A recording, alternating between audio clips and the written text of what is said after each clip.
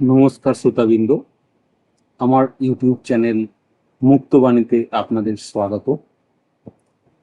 আজ আমি আপনাদের শোনাবো এক কাহিনী। এ কাহিনী আমাদের সবারই, কারণ আমরা সবাই আছি এক আধুনিক সমাজে, যেখানে প্রতিদিনের জীবন মানেই দৌড়ঝাঁপ, প্রতিযোগিতা আর চাপ। ভাবুন, এক তরুণী, নাম ধরা যাক মেঘলা। মেঘলা ভোর থেকে রাত পর্যন্ত কাজ করে। সকালে মেট্রোতে ভিড় ঠেলে অফিস যায়, সারাদিন ফাইল আর মিটিং, রাতে ফিরে ক্লান্ত শরীর নিয়ে ঘুম। কিন্তু তার মন, তার ভেতরে আছে উদ্বেগ, ভয়, দুশ্চিন্তা। সে ভাবে, আমি কি টিকতে পারবো? আমি কি যথেষ্ট ভালো? আমি কি পিছিয়ে যাচ্ছি? এই তো আমাদের আধুনিক সমাজের ছবি। চাপ যেন আমাদের প্রতিটি শ্বাসে মিশে গেছে। কিন্তু একদিন মেঘলা গেল এক ধ্যান কেন্দ্রে। সেখানে এক বৃদ্ধ শিক্ষক বললেন, তুমি এতদিন বাইরে দৌড়েছ, এবার ভেতরে তাকাও। মেঘলা অবাক হয়ে গেল। ভেতরে তাকানো মানে কি?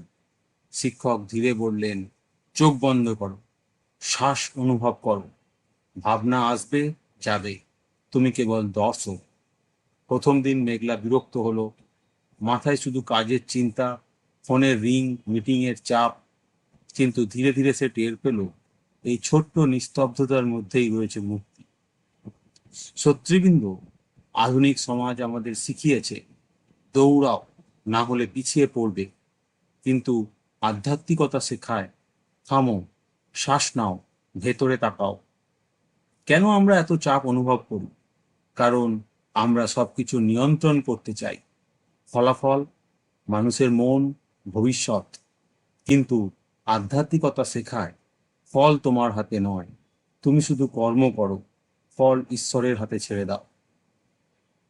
এই শিক্ষা গীতায়ও আছে, কর্মণ্যে বাধিকারিয়স্তে মা ফলেষু কদাচন। তুমি কেবল কর্তব্য করো, ফলের দায় নিও না। একবার মেঘলা গুরুজিকে জিজ্ঞাসা করলো, আমার তো চাকরি করতে হয়, সংসার সামলাতে হয়, আমি কি সব ছেড়ে দিয়ে ধ্যান করতে পারবো? গুরুজি হেসে বললেন, না, আধ্যাত্মিকতা মানে পালানো নয়। আধ্যাত্মিকতা মানে হলো কাজের ভেতরেই শান্তি খুঁজে নেওয়া। অফিসে বসে কাজ করছো, তবুও ভেতরে শান্ত থেকো। যেভাবে পদ্মফুল কাদায় থেকেও অমলিন থাকে, তেমনি থেকো।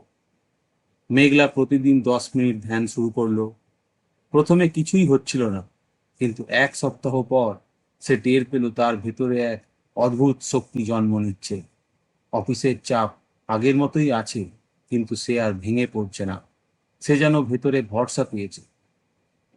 এ শুধু মেঘলার গল্প নয়, আমাদের সবার ভেতরেই আছে চাপ, উদ্বেগ, দুশ্চিন্তা।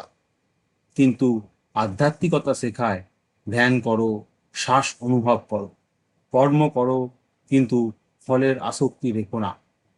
ভেতরে শান্তি খোঁজো, বাইরে সেবা করো, তাহলেই আমরা হব মুক্ত। একবার স্বামী বিবেকানন্দ বলেছিলেন, অশান্ত মানুষ সুখী হতে পারে না। সুখী হতে গেলে ভেতরে শান্তি চাই, আর সেই শান্তির নাম আধ্যাত্মিকতা। তিনি যুবকদের বলতেন, কাজ করো, পড়াশোনা করো, সমাজ গড়ো, কিন্তু ভেতরে স্থির থেকো, তবেই চাপ তোমাকে দাস করবে না। মেঘলা আজও সেই পথেই হাঁটছে।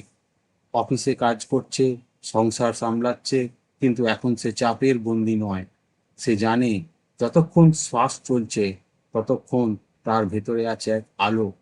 সেই আলোই তাকে মুক্ত করছে। ওম শান্তি, শান্তি, শান্তি।